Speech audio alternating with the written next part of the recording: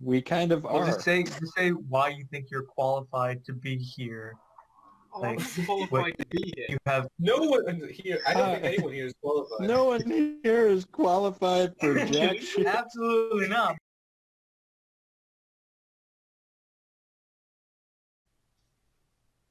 Hi, welcome to the podcast. This is a Side Talkers podcast where the group of us will ask one question, just like our event in Altspace, but we try to have more centralized discussion with a smaller group of people here. And the question today is, what is the benefits and the problems with modern day sex working in modern society? And I'm Jake Ravens, joined by Grimsby. I am Mel. Zach. Yes, hi. And I'm spooky. And I'm Mellow. Great. So, right. So, basically, the question entails like not only what are the good things, what are the bad things, but what's good for the consumer, what's bad for the consumer, what's good for the actual worker, what's good is it, society-wise, economy-wise, ethics-wise. Is it too much stress to put on someone to say that's their normal job? Should we tax it? Right? Is it it is a service, but is it one that people want paying into the government? And all that all that jazz. So last night I was talking to Cece, and you were saying something about how you did that. You do what you do, right? So you do what you do, not because of what most people say is their form of expression, but you do it just for the profit, right? Well, it's a mixture of profit and expression, but mostly profit. I went into sex working with the idea that every sex worker, once they've had an OnlyFans for a month, is suddenly a bougie bitch with her own house. And staining is something that honestly feels like a far off dream right now. Do you think that what is the difficulty there? Are you having trouble marketing, getting an audience? It's a big market, so that's a good thing and a bad. Good thing, you can literally find your taste. If you dig deep enough, you'll find it. The bad part is you gotta be original. You gotta have some zest to you. You have to have a character. It's like starting basically. That and also another hard part. Right. So I think it was Mello and I. We were talking before about plan about a self start. I know it was all in joke, but an actual good point he brought up that since the market's oversaturated, you have to find the niche in it, right? Everyone pictures of their genitals and post it online and say, "Pay me for this," right? But if it's just there's billions, there's gonna be one dude going for that one or one whatever going for that. It's You all also have about to have good quality. You need artistic flair. Yeah. So Mello was saying, Well, can I say? Yeah.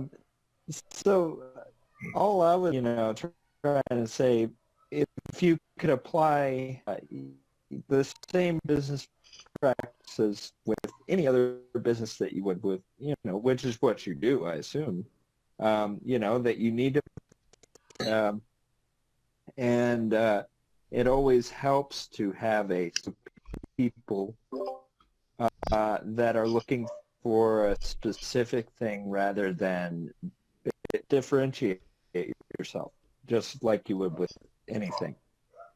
And so I was listening to a podcast called Side Hustle School, where he's always the different ways of starting and the way to yourself effectively and kind of had that discussion. I was thinking, well, okay, let's not joke.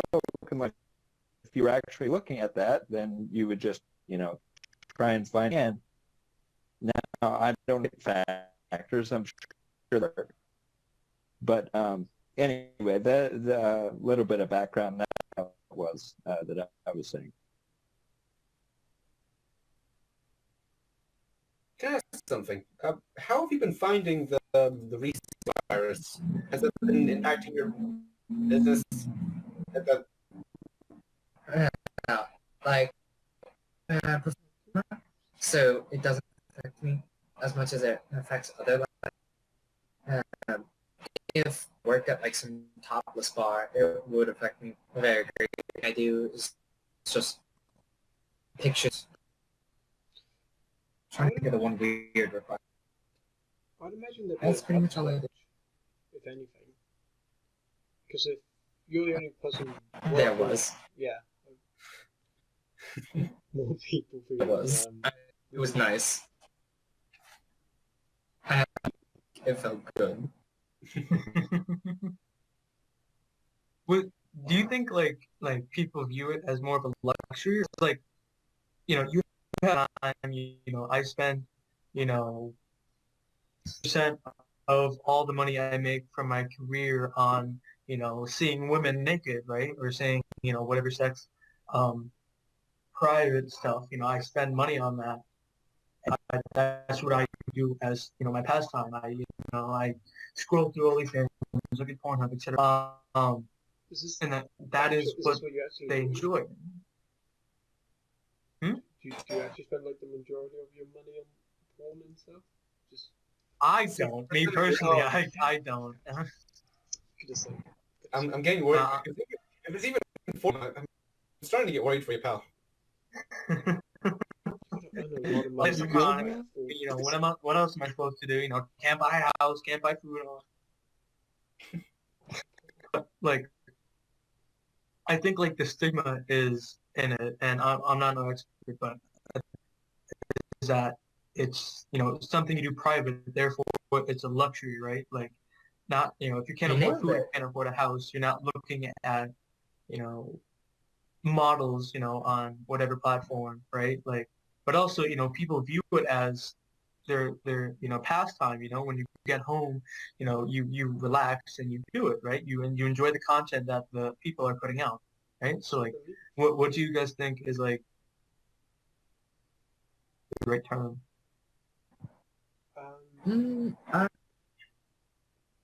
Okay, I don't think you need material for what you want to do, because it's masturbation, right? So I think it's a luxury to have an improved experience, I guess. But at the end of the day, anyone can still masturbate without looking at anything. I think there are people who can't. I don't know. But Well, it's also not just right. Like there are people who just enjoy the content. Yeah. Different types of people. I've met a couple. Interests. Well, you. Yeah, go on. I'm sorry. I was just saying, what do you see as my original thought was connection, the normal, because video, right, one way, whereas you have the opportunity to go two directions, even if that's obviously fake, or it's like people are pretending that two-directional thing, which makes a difference, I would guess. So do you see that as the main seller, at least what starts to differentiate from other categories, like just normal porn? All right. So I'm gonna tackle these two questions. Like, first one about luxury. Well, luxuries of sex work, right? Honestly, there's not much luxuries when you're first starting out. It's a lot of money. and that's a lot of resources, and it's very mentally draining. Like, it becomes luxurious once you, like, can then some, in my opinion, which is honestly the ultimate goal. And honestly, music, I'm more passionate about that than I am about sex work. But I do enjoy it. It's my confidence, and it's just fun to do. Also, being able to actually eat nice. Uh, a big reason why sex work is so popular is that people. Honestly, I've seen this so much. Like, if somebody consumes like a lot of like erotic media, like just tons of it, just and here's a video, here's like my 50 gigabytes of hentai or something. Uh, People develop, they start, and once they like really see their tastes, they just stick to that, which is it's just like, I like this model. I only follow this. It's my money. Could that be dangerous? You know, if say they like the type of rape content there is for porn, could it be dangerous, like promoting that sort of thinking? I guess would be the word in their head. Yeah, like upset, like promote, like having your audience obsessed over you. I'm trying to remember. It was that one person. It wasn't even erotica. I mean, I'm sorry, I mentioned it wasn't even erotica. It was the Bjorn Stalkers, something like that. Um, he was, you know, he had a lot of mental health issues. He was in isolation, not by choice, but he didn't have a lot of friends and all that. And then he found this media and he became obsessed over it, right? The person who made the content had no idea, right? She was in Sweden or something. And, in his own head, he developed this of the content creator, right? And he developed this whole relationship in his head.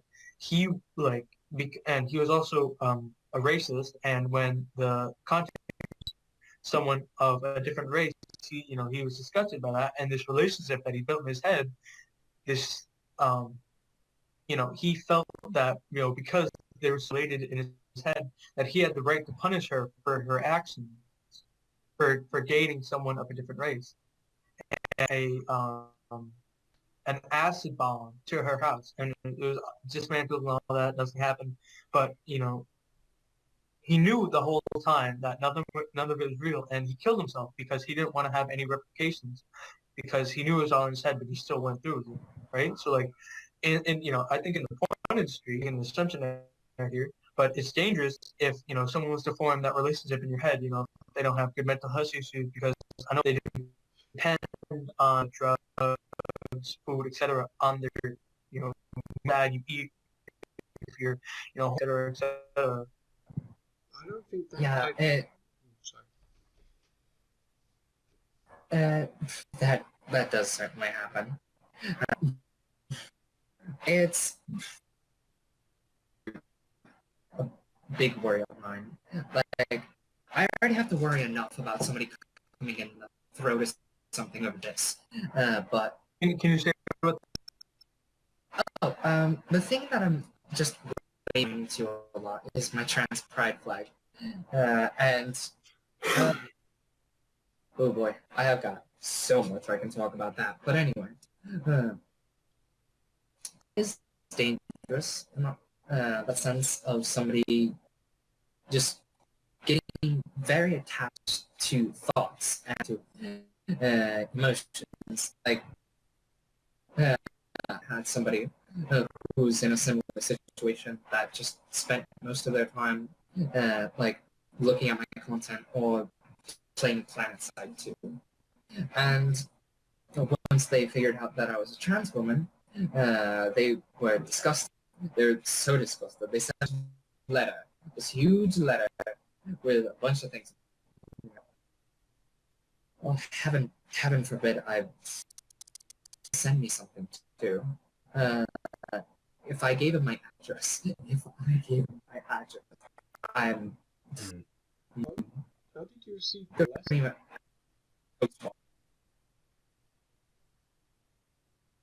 You say that again? I've just lost it. I don't even have like a PO box. How did you get the letter? Oh, the letter? It was through Discord. It was a big, like a letter. Okay. Sorry. Very angry letter. I thought a letter. Oh no, that'd be funny though. I just go to my mailbox and then open up this scroll that basically sums up the. Oh, that's Oh no, he bangs it on your door like Martin Luther with the 99 theses, like Yeah. nailing it to your door. Bottom, like one of those What old happens timey if you things. move? You don't stay for long. Just imagining this, and honestly, it's making me more laugh than worried. That's not. You talked about last night. Oh, sorry, is that? You talked last night that you are polyamorous. Oh yeah. So do you think like since you don't have this concept of your relationship, it gives you more freedom to create content? Because I know a lot of people, when they say my girlfriend ever makes, or if my boyfriend ever makes an OnlyFans, right? I break up them instantly. It's the same as cheating, right? Did you say don't have a concept of a relationship for polyamorous? Yeah. It just means you can love multiple people. I didn't think it meant. From people I've spoken to. Well, no, like polyamory. There's like I think like in the idea of it, there's a lot, solid monogamy, right? Like you're not dedicated to this one person. You're dedicated to the two people. It's that you can just handle multiple intense relationships, from my knowledge. Well, I'm in a closed polyamorous relationship, and closed relationships are close to the dynamic of intensity as monogamy, but it's between a group of people that all date each other rather than like this person got together and they got like 5 other people that they swing with regularly. That's open polyamory, and open polyamory scares the shit out of me. I don't know how people do it, but honestly, in every close polyamorous relationship that I've been in, I haven't felt like the instant like, oh, I just have freedom, like post my ass and send it to somebody, because I always run it by my partners first. Like I run so many things by partners. The polyamorous, and if that's just not there, then I don't know. You got forgotten.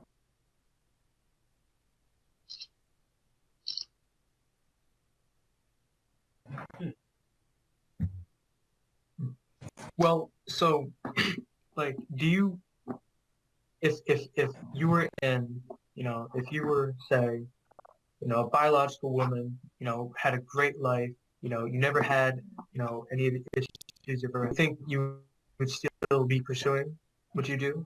Like, Oh, if I was cis?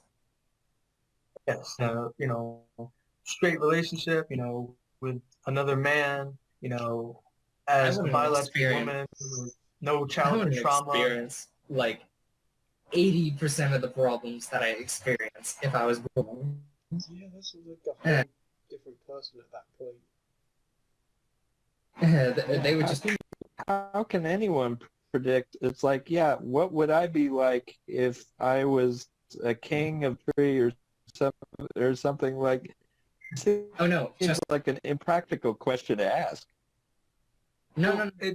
I think it's because the thing about being trans is that like you grow up and you see basically how the world treats you from separate ends, maybe even 3. There's when you're growing up and you think you're cis. Everybody like talks to like very binary. It's always like, man this, strong man that, when are you going to bring your girl home? Oh, look at those, all that bullshit. And then there's like call it the transitional period, where the transitional period is that it's the realization, all that jazz coming out, the world treats you differently. Like this new-found, fresh out of the closet trans person, which in pretty much a lot of cases, fresh out of the closet trans people don't look how they want to. I didn't look how I wanted to. And now it's like, okay, I look much more how I want to. And the world is treating me much differently because people just demean us. And this is a double-edged sword because I'm finally being treated like a woman, like I should. It makes me happy. The negative side of a woman.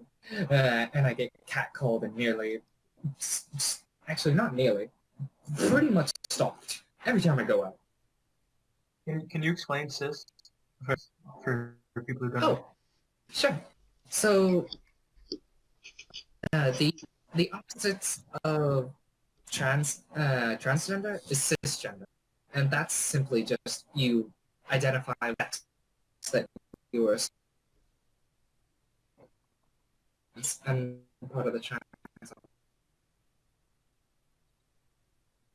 Right. So okay.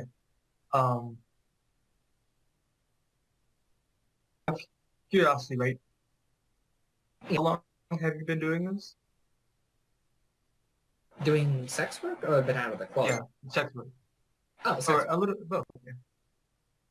Well, I've been on and off for a year and a half, and it's more so like I have a niche community. People like I directly talk to. I don't even have a price for my subscription for my page. People like I'm that small. Mm. So can I ask you something? How, like, the reason for that, is that a reason, or is it more of just a community that, it's happens to be harder to build, in your niche? Or is it a combination of It's actually a combination of the two, where economically to start up, it's expensive as hell. Like legit, this is my phone. This is what I take all my content on, and it's actually really fucking like this camera is really nice. But I much prefer like camera. Like every time Canon has like a sale, I'm just like, oh, give me. Second reason, I'd say it is because very sex work is that people are just immediately going to assume everyone's cis, just immediately off the bat. Like there's a very strong like what majority of people like when it's sex work. Like there's an image, like I don't know, tall, dark, and handsome, the busty blonde over there. Like these are all tropes that people just gravitate to because they're conventionally pretty. Me, on the other hand, I look like a fucking weirdo, and I love it. Would you have felt confident enough to do what you do pre-transition? No. Hell fucking no. Oh god, transition, everything was hard. And I don't think I considered going into modeling pre-transition. As soon as I got my small taste of it, I was disgusted. I was immediately more disgusted in my body. I experienced like basically industry, like just what the industry wants from you. The industry wants from you to be this, that, and if you're not, you leave, or you get forced to. Yeah. porn industry, at least for like porn, it's generally harder for men from what I've seen, or at least talked to people about, because I don't know, it's, yeah, they get normally. I don't know about modeling, but it's literally just porn I know about. But it seems a lot harder for them to move forward. Honestly, performing arts are hard. They're really hard. Like even when I was an actor before, like pre-transition, uh, that's another performing art that just felt so very wrong because I'd always get like princely roles. But I was just like, I fucking hate this. Do you think it has aspects of a person's personality, whether or not they like that kind of stuff? And when I say that, I mean all performers. You're just talking about being an actor. Like, I have to be able to separate your actor from who you're playing, and is that harder to do for some people more than others, do you think? It's certainly because there's very few instances I introduce like my actual personality in my content. But for the times I do, it's there's many times where I'm just fit the personalized like thing that the client wants, and since I'm more direct and instead of posting albums on OnlyFans like every week, I'm more on fans, and they just tell me directly what they want, and it'll be sometimes artistic, basic. Uh, Can I ask a question? So when how do you see in relation to see yourself? Do you see yourself as like playing a character when you're doing it, or do you find it similar to acting? it is similar to acting. It is very similar to acting. Like before, very few cases where I can actually like present uh, myself. I think those are the best, rawest takes, wonderful, and they're the easiest. Who takes the photos? Right. So we talked about this in the last. Sorry. I just think that. Good night, go for it. It's not doing it. Talked about this in the last podcast, but you as a transgender person had defined who your identity is, right? Like you know, do you believe that you are a different pre-transition, like a different entity? Not really. Uh, the thing is that like when you find out that you're trans and transitioning, it's a mixture of the events that you experience and also all the like thoughts that you sleep finally starting to make sense to you. And looking back at my pre-transition, I was satisfied. I was borderline nihilistic and very misogynist, and now not because I'm much happier in my life.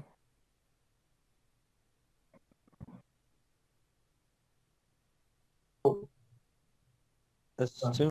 Oh, I'm sorry. I, I would assume that it would be because we've had discussion real talk before just about identity and who makes us who we are, our experiences versus genetics versus inside of our heads, these different factors that play on each other back and forth. And I would make the assumption that there would be more of a component of, how do I say this, or I want to think about what I mean. More of a component of individual more internal than external is what I mean. Like if you're reading a book and it's more about like what the person was thinking, right? Some people seem to focus more on what they're doing versus what they think about what they're doing, or how they justify that kind of thing. Whereas some people are more I see. It's the wrong word because that's not exactly what I mean. When people say introverted, they mean like you can't talk to people. I'm aiming more at Like it's more like self. Uh, I, my identity has to come from what I think of myself, right? right and I mean, and focus. Disagree You're with focusing on what you think about. I know I do that. I'm constantly, white guy, but I'm constantly about why do I think this way? Or what is a thing? What is it that I'm thinking about a lot about that? And like, okay, why? So I do that constantly. I would assumption that probably someone in your situation, it's just, uh, am I close to the truth? you are.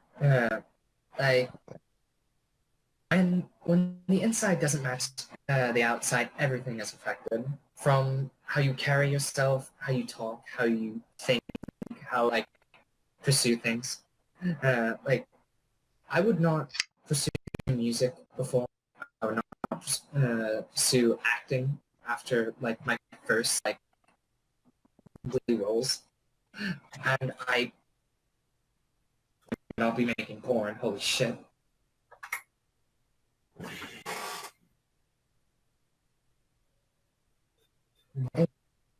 It was hard because I did have many internal thoughts of that positively hated myself because I had many other outside sources that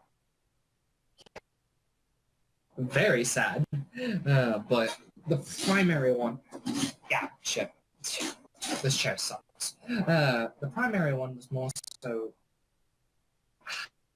why do I hate my body? Like, why do I hate my body this bad? Like, everyone's going through puberty growing up, and they're so excited. Uh, Everyone in their early 20s looks fucking great. And I'm just over here, I don't want to look like that. But you think as yourself, you're still like the same person you are, and you are more comfortable in how you look outside. Yes, uh, definitely. It's a lot of say that, like, when a kid comes out as trans, that they feel like they're losing somebody, like losing. And honestly, that's not the case. When your kid comes out as trans to you, you're getting your kid a thing, like that preconceived notion before. That's not a thing. That is not a thing. Looking at a picture, and once that picture is shattered for some people, it feels groundbreaking. Think does that affect other? Oh, wow. Sorry, that was a motorcycle. uh, that's fine. How do you think that affects other changes in life? Like, do you think it does? Like, I've had things where hobbies that I know that 10 years ago I would have never considered getting into, and that's been, a changes.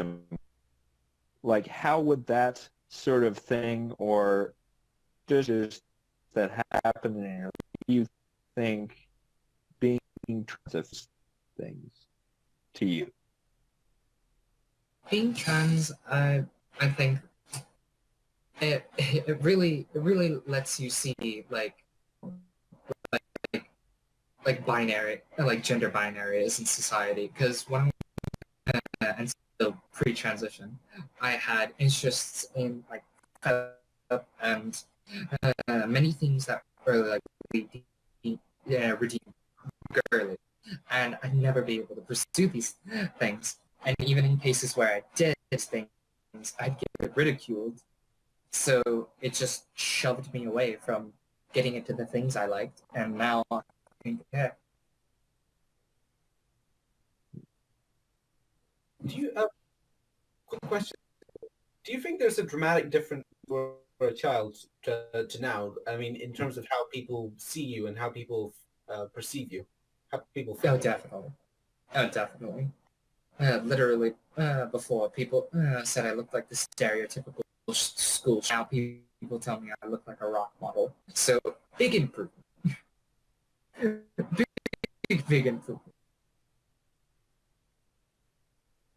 What do you think about like your client? Like, is it purely like business? Like, How to keep it purely business. I did become friends with one of my clients though, and they're very nice. And I don't know. I really hope that nobody think that the business relationship is only a stepping stone to like a relationship, because that is not the case. Uh,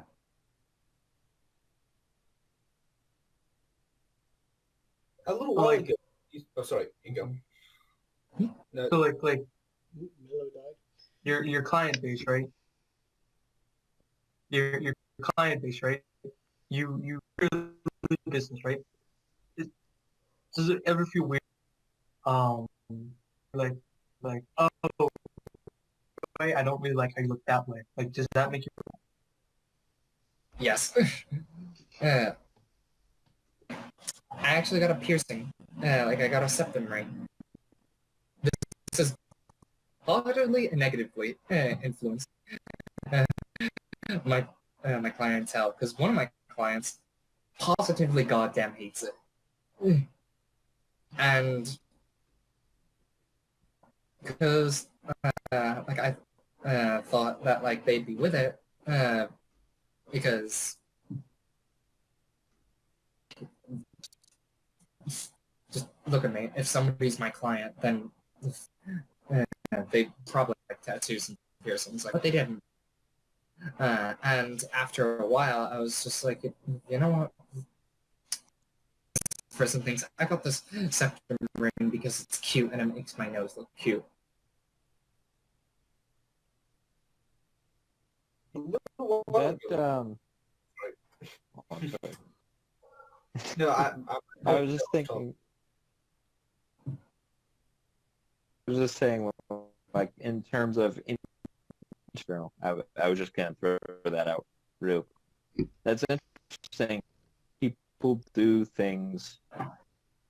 Some people change themselves inside, you know, like meditate like that. Whereas others like, no, I need to go do uh, something. And sometimes it's a combination of the two. And I think that is something that probably I'm sorry, I'm rambling now. I don't know where I was going with that, but I No, you're think fine. it affects. I think that affects people whether they see things whether they see change they can do for themselves. Okay, yeah, this is what I meant. Whether they see change as things they can do for themselves or something that they have to go out and do to change. You know, looking people in general, it's different when you get to a specific situation like you're. That's just something I think of a lot, where it's you know, where does change come from people? I guess in one sentence is you know what I would say. Um, but sorry, Grimsby, you had something. wanted to ask about. She said she makes music earlier. I just wanted to ask about Yeah. that. I'm a singer. Uh, side rapper group, and I was a main dancer. Her art skills, like their Pokemon cards. So, like, bring it back to your client base, right? Like, do they see you as, the content, as the person? Like, if you were to show them this podcast of you talking about your life, would they be interested in that? Or do they only want to see you naked or however you produce your content? Honestly, since I have such a small, fan base, I honestly think a lot of them would be interested in, like, seeing my actual self persona that I put on for that content. Oh, you think you're a different person when you produce content? Oh, Or like you pretend? well, part of making content is acting, and if there's something that you just actually do, you gotta find a way. And Yeah, only 2 or 3 of my clients would probably I listen to already this did it. and then be like, yeah, that's spooky. I did both.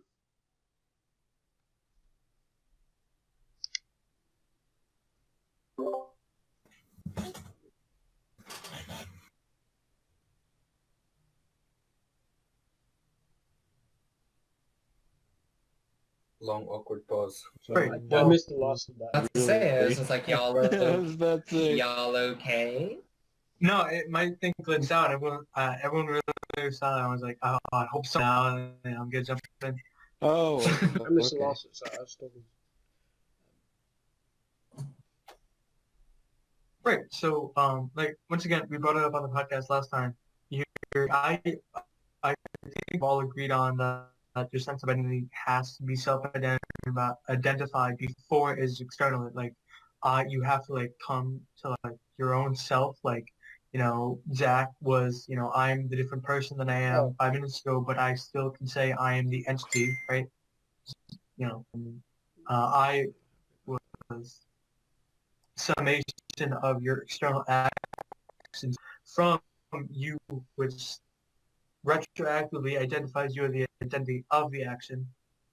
It still comes from self before it's external, right?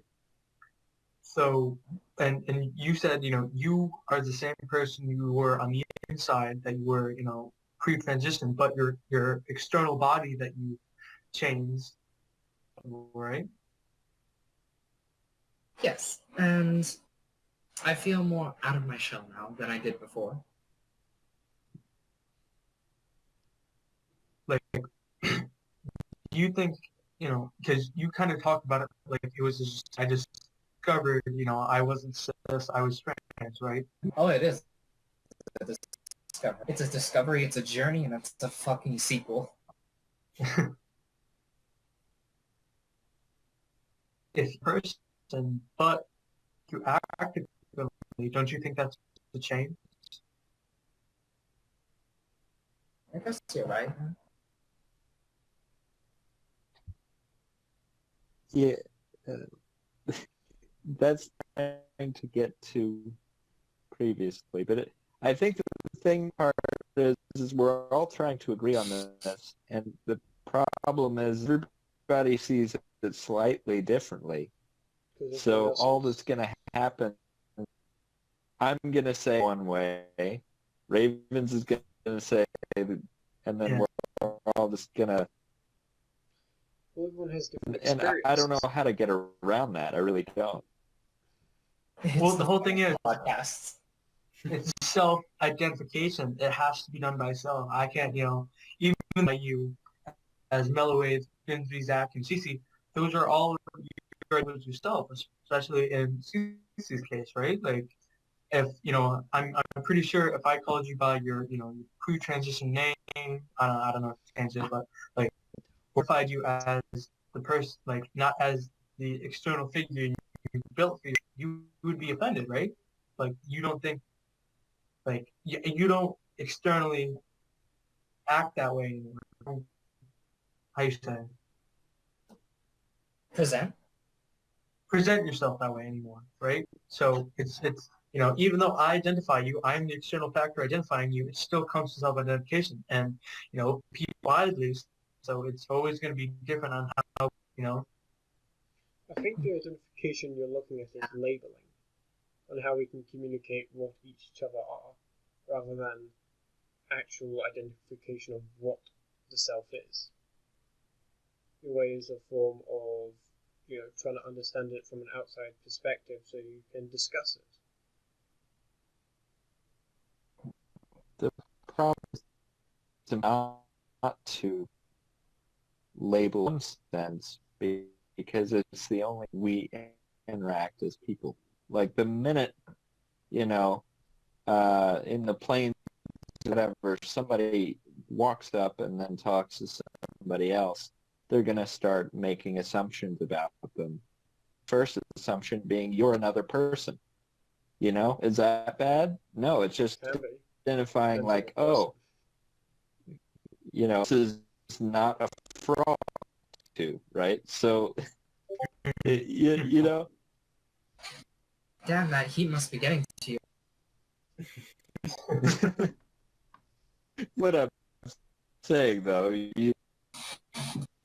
there's probably a point in which labels, what's the word, problematic, and then others literally just a functioning of human, like, communication. That was the distinction I was trying to make there. And I don't know if everyone would agree with it. That's just the first thought that popped into my head. There's good ways to introduce labels, and then there's very, very bad ways. Labels. Like, what kind of labels in any sense? I'm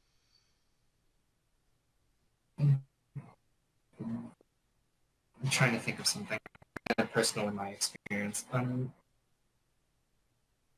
Well, I guess a positive label in my personal experience, finding out that I like music. And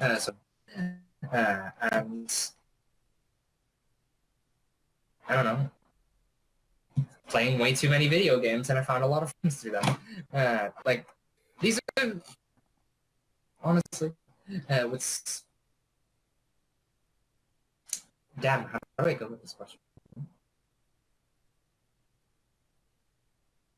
These are things that make me think that these are like the building blocks of personality. And then there's more objectifying labels. Going back to my clientele, well, honestly, they're probably not going to like it, but they're not going to listen to this if they're my negative side of my clientele. A much more way to look at things, and not in a good way, because objectifying people really is weird. It's weird, and it's insulting, and it feels dirty.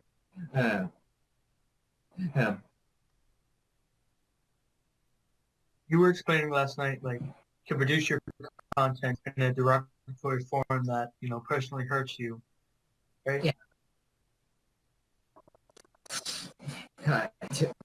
You on the internet, you already know what a fucking trap is. Yeah. That's honestly, I'd say, the more like crowd that I have sold to. And that's actually what ensued, like, from sex work, because it didn't feel worth it. It didn't feel worth it at all. Like, not only my small scale, much more fan base, but just having a fan base objectify you like that, both out of your content and in the content, just doesn't feel right. And I know many people honestly have reclaimed the word trap. Hell, some glorify it, and I don't know how the fuck they do it, but to call a trans woman a trap is just saddening. And let me tell you, that $30 didn't feel worth it. I think I asked you that question last night, like, if you use your identification as a trans as, how you say, what is it when you like search words for your content, like tags. tags, right? Like, Um, I'd say a little because I don't know. There's this thing that I feel that like if I see more trans content of different arts, especially sex work, that I'm way more happy to see because to almost everybody I fucking see in porn, conventional is like pre-op, just work, and they're trans, like power to.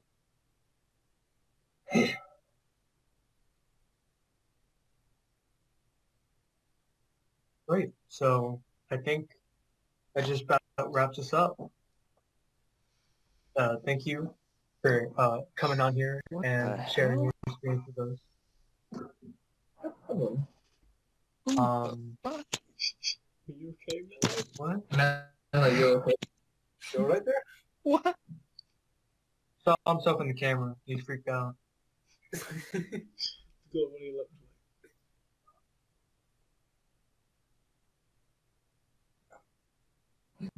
Did you forget? Oh, now we can't hear him again.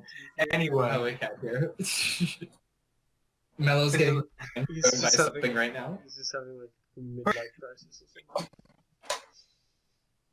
I was gonna make a joke about the ape discovering fire, but I felt like That's a little much. yeah, for the listeners out there, if you want to see the on our YouTube channel, Real Talk All, if you're watching us on YouTube, if you're watching the recording on YouTube, you can find us at Spotify at Real Talk All, iTunes Real Talk All, and like 20 other podcast platforms that we've been distributed to. If you would like to join us in an actual Real Talk event, you're welcome to at altspaceofvr.com. And we host on 7 p.m. Eastern Standard Time on Wednesdays. So I'd love to catch you there. But this is adios. Hello.